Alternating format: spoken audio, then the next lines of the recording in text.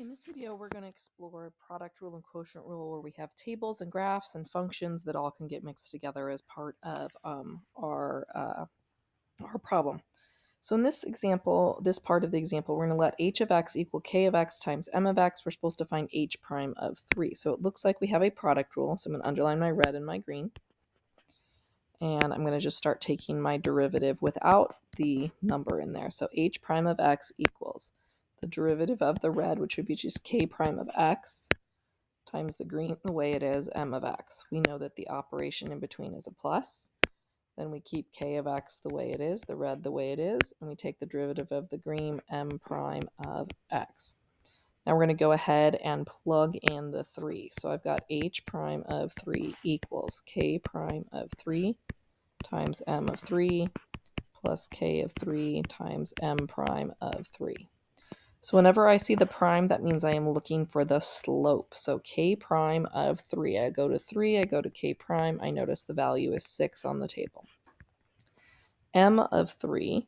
So here's my, is the y value because we don't have a prime. So I go to 3 on my x-axis. I read that it is a y, that the y value is 3. I'm going to do k of 3. K of 3 looks like it is 4, according to the table. And then m prime of 3 means I'm reading the slope off the graph at 3. So I'm reading the slope of this line. This looks like it's up 2 over 1. So slope of 2. And I would evaluate that. So it would be 18 plus 8. 18 plus 8 is 26. All right, another problem with the same stem. So we have, we're going to let g of x equal k of x over m of x. We're supposed to find g prime of 6. So this definitely is division. So it looks like we've got a quotient rule going on. I'm going to underline my red and my green. And I'm going to start setting up for my quotient rule. So I know that I need a long fraction bar. So I take the derivative of my red, which is k prime of x, times my green the way it is. On quotient rule, we use subtraction. I'm going to keep the red one, the k of x, the way it is. Take the derivative of my green, m of x. And then we're going to go all over my green squared. Right, now we're going to go ahead and plug in our 6. So g prime of 6 equals k prime of 6 times m of 6 minus k of 6 times m. That should have been m prime. I missed my derivative. Times m prime of 6 all over m of 6 squared. I got an extra parentheses in there. All right, so let's go ahead and use our table and our chart to help us fill this in. So k prime of 6 looks like it is negative 4. M of 6 is, so we're going to the y value at 6. So my 6 is there. My y value is 3. I also noticed that that's also going to go in the denominator. So I'm going to plop it in there now. Minus k of 6. So k of 6 looks like it's 7. And then m prime of 6, meaning I need the slope of the graph at 6. So the slope of the graph at 6 looks like it's down 1 over 1, so it's negative 1. Now we're just going to solve the arithmetic on that. So negative 4 times 3 is a negative 12. Negative 7, excuse me, times negative 1 is positive 7. 3 squared is 9. Negative 12 plus 7 would be negative 5 over 9. Let's look at another one with the same stem to begin with.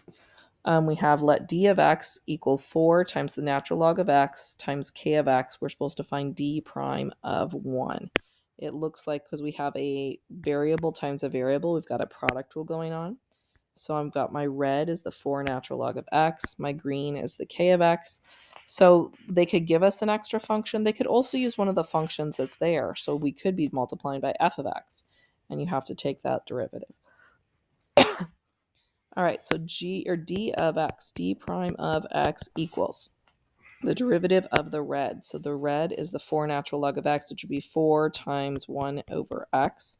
Or you could write 4 over x. And then we're going to keep the green the way it is, so k of x. We know our operation in between is a plus. We're going to keep the red the way it is, so 4 natural log of x. Take the derivative of the green, which would be k prime of x. Now we're going to go ahead and plug in our 1. So d prime of 1 equals 4 times 1 over 1 times k of 1 equals 4 times the natural log of 1 times k prime of 1. I wrote an equal sign instead of a plus sign. Let's fix that. Okay, so we have, let's try that again. So we've got 4 times 1 is just going to be 4. K of 1 is going to be negative 2 plus 4. The natural log of 1 is actually 0, so we're going to write a 0 in there for that. K prime of 1 means I need the derivative, so 3. And let's see, so we've got 4 times negative 2 is negative 8. This becomes 0, so my final answer on this one would be negative 8. This natural log of 1 equaling 0 is something you need to understand without a calculator.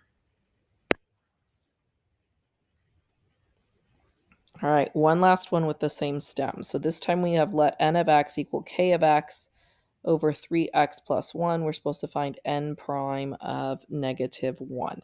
So it looks like we've got a quotient rule going on here. So my red is the k of x. My green is the 3x plus 1. Let's set up for our derivative. So n prime of x equals, we've got a big division bar. So we take the derivative of the red, so k prime of x. Keep the green the way it is. I'm going to put it in some parentheses. Then I'm going to do a minus, and remember we always open a big parentheses. Keep the red the way it is, so k of x. And then take the derivative of the green, which would just be 3. And then I'm going to be all over the green squared. Now we're going to go ahead and plug in our negative 1. So n prime of negative 1 equals k prime of negative 1 times 3 times negative 1 plus 1 minus parentheses k of negative 1 times 3 all over 3 times negative 1 plus 1 squared. Okay, so then we've got k prime of negative 1. K prime of negative 1 looks like it's 2. And then let's see, 3 times negative 1's negative 3 plus 1, it would be negative 2.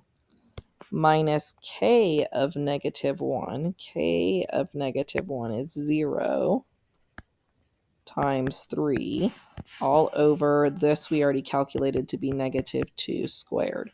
So that's going to be 0. It looks like we've got negative 4 over 4, so that's going to reduce to negative 1.